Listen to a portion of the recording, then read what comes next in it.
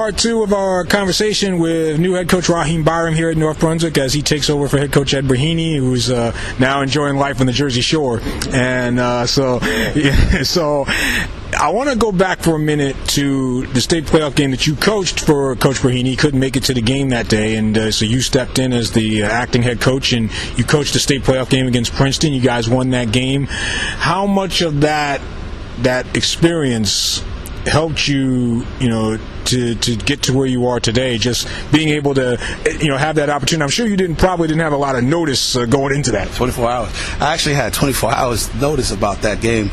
And going into the game, I felt pretty good about it because I was already with our kids. I'm constantly coaching our kids 24/7. And as I was coaching the day before that, Coach Braheny couldn't make it. They gave me the notice that I need to be. I'm the guy, so I just stepped up and I took initiative on it. Coach has always been preparing me for the last 7 years.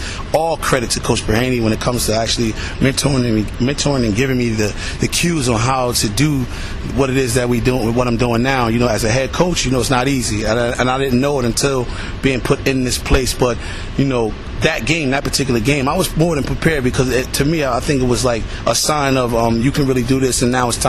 Now it's time. Do you feel as though that game gave you a leg up on getting the job, knowing that maybe the other candidates didn't have that game experience? I think what it is, more or less, me getting the job. First of all, I was prepared. I was prepared to go for the interview. I was prepared for the coaching tactic. I was prepared for our kids. I know our kids that that are here playing for us. I know the North Brunswick kid. And by the way, I was a North Brunswick kid. So for me, knowing all that and have all the ends on that, I think I was more or less ready to be the coach. And having the end on it or the up, I would say that game helped me a little bit more, just because and last and not least, I did win the game. So that always helps. It's always good, especially in our AD's, our athletic director, Sean Morrell's eyes. Winning the game is always a good thing. So I think that day, he kind of seen in me that I really had that fight, or that I had that tiger in my eye. So I really wanted to do it, and I think he just took a liking to me and gave me the job, gave me the opportunity. Now, having played on the GMC championship team here at North Brunswick in 1997, you mentioned that you were here.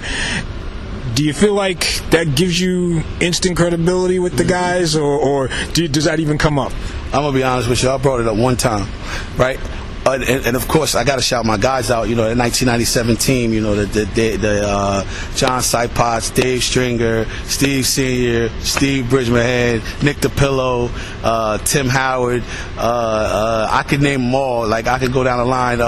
These are some great guys, and they still live within me, man. We are literally the only team in here that still had the banner up in 1997.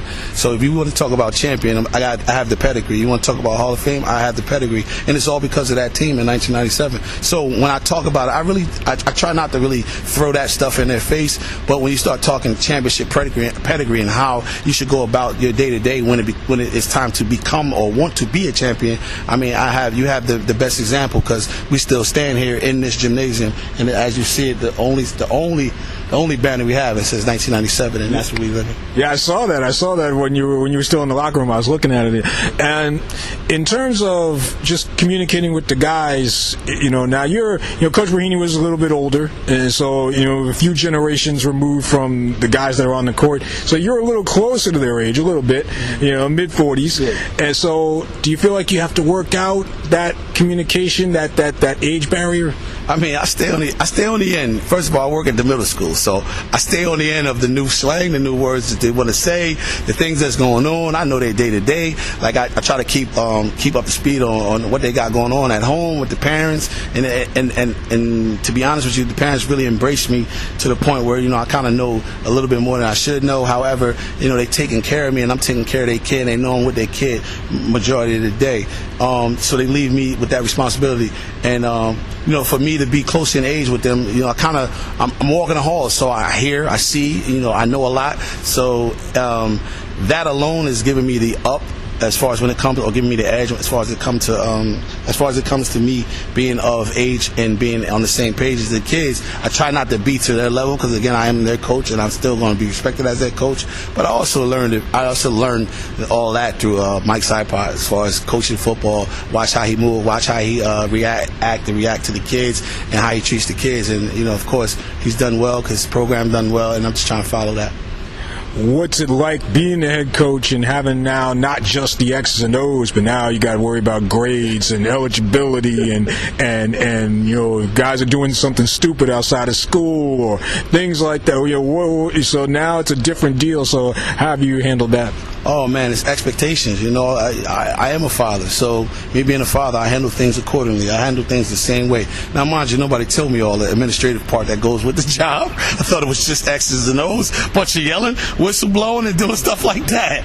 Before you know it, I'm writing up surprise. Yeah. Before you know it, I'm writing up rules. I'm writing up things that they cannot do. How they got to operate in class, and who gets emails for what, and who's late, who's not in school. So all these different things that happen. Honestly, it's about building the individual. So my job in its totality is to make sure that I create some great human beings, especially these young men that need to be guided in a certain way. They have parents, yes, they have dads, they have moms, but at the end of the day, I am the coach, and I'm trying to coach them through life. And coaching them through life on the basketball court is the same as coaching them through life outside of that. So that's one of my cues. And finally, what do you want? You mentioned the parents and the people that are coming to watch you play. What do you want Raider Nation to know about the Byrom experience? They better come outside. I'm more than ready. I'm ready. I'm glad. I appreciate them giving me the opportunity. Raider Nation, come outside. I promise you that we're going to give you a good show. We're going to do it with respect and integrity, and the game is going to be fun. Please come outside. Please come support. If you don't know me, you'll get to know me. Just come to one of our basketball games with all love and respect. We have T-shirts for you. We have all the fun things, festival. We try to make it a fun atmosphere for families. I want superintendents, I want administrators, I want whoever is listening, come to a basketball game. It's a must-see. Thank you. Yep, head coach Raheem Byrom, there you go. And so, Coach, as always, good to talk to you. And, Coach, good luck this year, and congratulations on the job. And I look forward to it. Thank you. Have a good day, brother.